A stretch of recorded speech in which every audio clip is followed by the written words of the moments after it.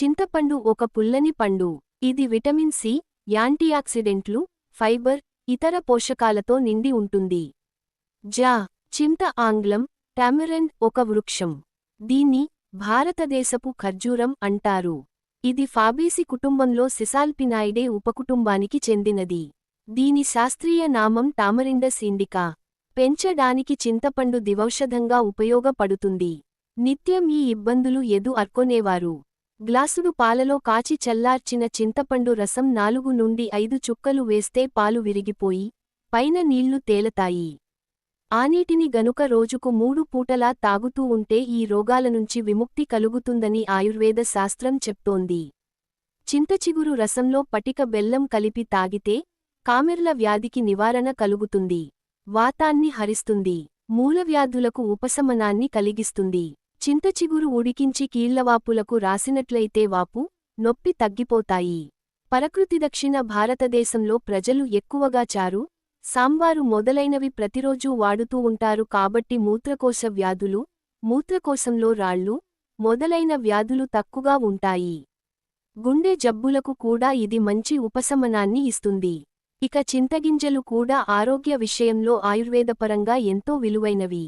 చింతగింజలు పొడిచేసి ప్రతిరోజు చెంచాడు పొడి నీటిలో కలిపి సేవిస్తూ ఉంటే ఆమసంక, జిగట విరేచనాలు తగ్గుతాయి.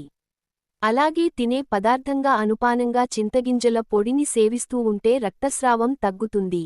చింతపిక్కల పొడిలో పంచదార కలిపి వారం రోజులపాటు తీసుకుంటే వీర్యస్ఖలనాన్ని నివారిస్తుంది. వీర్యాభివృద్ధి చేస్తుంది. చింతచిగురులో విటమిన్ ఏ, సి, ఐరన్ పుష్కలంగా ఉన్నాయి. చింతచిగురుని వంటకాల్లో కూడా వాడడం మనందరికీ తెలిసిన విషయమే. ఇక చింతకర్ర బొగ్గుగా కాల్చి ఆ బొగ్గుల పొడిలో పిప్పర్మెంట్ పువ్వు కలిపి పళ్లపొడి తయారు చేస్తారు. చింత బొగ్గుల పొడిలో నువ్వుల నూనె కలిపి కాలిన చోట రాస్తే కాలిన గాయాలు మానిపోతాయి. అన్నకోశవ్యాధితో బాధపడేవారు లవంగాలు, దాల్చిన చెక్క నూరి 10 మిప్పలీటర్ల చింతపండు రసంలో కలిపి ప్రతి 4 గంటలకొకసారి పుచ్చుకుంటూ ఉంటే మంచి గుణం కనబడుతుంది.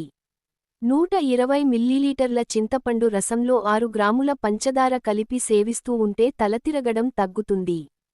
చింతగింజల పొడి డయేరియాను నివారిస్తుంది. డిసెంటీకి చక్కని ఔషధంగా పనిచేస్తుంది. చింతచెట్టు వేరు గుండె అనారోగ్యాలను నివారిస్తుంది.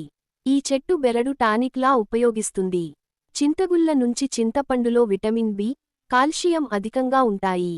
ఈ విధంగా ఆసియా ఖండంలోని అనేక దేశాలతో పాటు ఆఫ్రికా మొదలైన దేశాలలో కూడా చింత వనరులు ఎంతో వినియోగంలో ఉన్నాయి. చింతలో ఉన్న వెరైటీల్లో తీపి చింత అని ఒకటుంది. ఆ పండు గుజ్జుతో శీతల పానీయాలు తయారు చేసుకుని సేవిస్తూ ఉంటారు. పులుపు చింతతో ఊరగాయలు తయారుచేసి దేశవిదేశాలలో విక్రయించడంతో దీనికి ప్రపంచ మార్కెట్లో ఎంతో స్థానాన్ని పొందింది. వైద్యపరంగా కూడా దీనికి ఉన్న ప్రాముఖ్యత వల్ల ఆయుర్వేదం, హోమియోపతి మొదలైన వైద్య విధానాల్లో ప్రముఖ స్థానాన్ని ఆక్రమించిందంటే ఆశ్చర్యం ఏమీ లేదు. చింతాకు చిగురు. చింత చిగురు కొత్తపేట రైతు బజారులో తీసిన చిత్రం. దీనినే చింత చిగురు అంటారు. అన్ని చెట్లు ఆకు రాల్చే కాలంలో దాని ఆకులన్నీ రాలిపోతాయి. అదే విధంగా చింత చెట్టు ఆకులు కూడా రాలిపోతాయి. దాని తర్వాత వాటి స్థానంలో లేత చిగురులు వస్తాయి. ఈ చిగురులను సేకరించి కూరలలో వేసుకుంటారు.